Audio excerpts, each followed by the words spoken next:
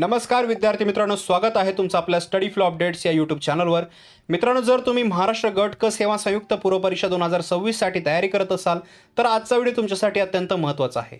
महाराष्ट्र लोकसेवा आयोगाने 5 ऑगस्ट 2026 रोजी एक नवीन शुद्धीपत्रक जाहीर केले आहे।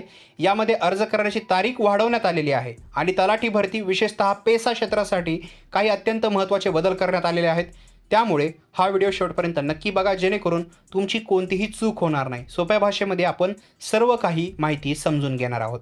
त्याआधी चॅनलवर जर नवीन आलेला असाल तर सबस्क्राइब करा।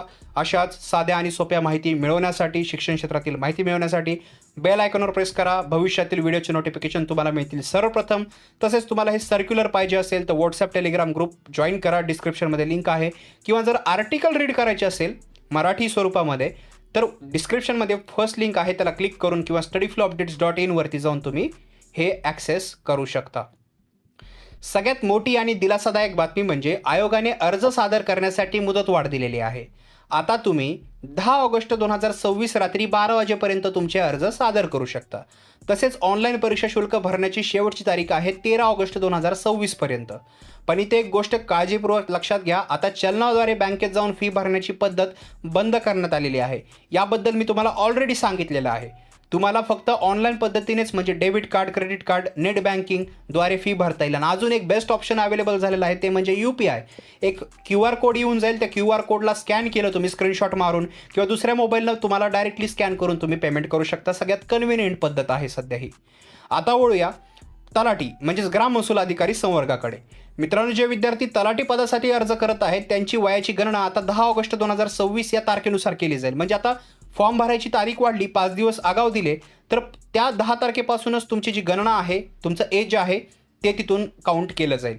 दुसरी महत्त्वाची गोष्ट म्हणजे चंद्रपूर जिल्ह्यातील पेसा क्षेत्रातील ST उमेदवारांसाठी काही पदे उपलब्ध झालेली आहेत। याबद्दल मी दुसऱ्या व्हिडिओमध्ये जे आहे क्लिअरली सांगितलेलं आहे, पण तरी मी सांगतो, जे उमेदवार स्वतः किंवा ज्यांचे पूर्वज 26 जानेवारी 1950 पासून संबंधित पेसा क्षेत्रात राहत आहेत ते या पदासाठी अर्ज करू शकतात। यासाठी तुम्हाला तुमच्या प्रोफाईलमध्ये एक बदल करायचा आहे। तुमच्या प्रोफाईलमध्ये आपण पेसा क्षेत्रातील चंद्रपूर रहिवासी आहात का या प्रश्नाचे उत्तर होय किंवा नाही असणे देणे हे आयोगाने अनिवार्य केलेले आहे। ज्यांनी आधीच अर्ज केला आहे त्यांना नव्याने अर्ज करण्याची गरज नाही, पण प्रोफाईल अपडेट करणं आवश्यक आहे, लक्षात ठेवा। म्हणून प्रोफाईल अपडेट करा। यानंतर जे उमेदवार माजी सैनिक आहेत किंवा दिव्यांग आहेत त्यांच्यासाठी एक महत्त्वाची सूचना आहे, तर ती काय आहे तर बघा, युद्ध काळात किंवा युद्ध नसताना सैन्यातील सेवेमुळे दिव्यांगत्व आलेल्या माजी सैनिकांसाठी किंवा सेवेत मृत्यू झालेल्या सैनिकांच्या कुटुंबातील एका व्यक्तीसाठी 15% राखीव पदांचा पर्याय उपलब्ध आहे। जर तुम्ही या प्रवर्गात येत असाल तर तुम्हाला तुमच्या माय अकाउंटमध्ये जाऊन या संदर्भातील प्रश्नांची होय किंवा नाही मध्ये अचूक उत्तरे जे आहे ती नोंदवायची आहेत, म्हणजे प्रोफाईल अपडेट करायचे आहे। आणि हो, यासाठी आवश्यक असलेले जिल्हा सैनिक कल्याण कार्यालयाचे प्रमाणपत्र 25 ऑक्टोबर 2026 पूर्वीचे असणं बंधनकारक आहे, हे लक्षात ठेवायचं आहे। तर मित्रांनो, ही होती MPSC गट क आणि तलाठी भरती संदर्भातील अत्यंत महत्त्वाची अपडेट। शेवटच्या क्षणाची वाट न पाहता आजच तुमचा अर्ज पूर्ण करा आणि काही शंका आल्यास आयोगाच्या प्रोफाईलमध्ये जाऊन आवश्यक ते बदल लगेच करून घ्या।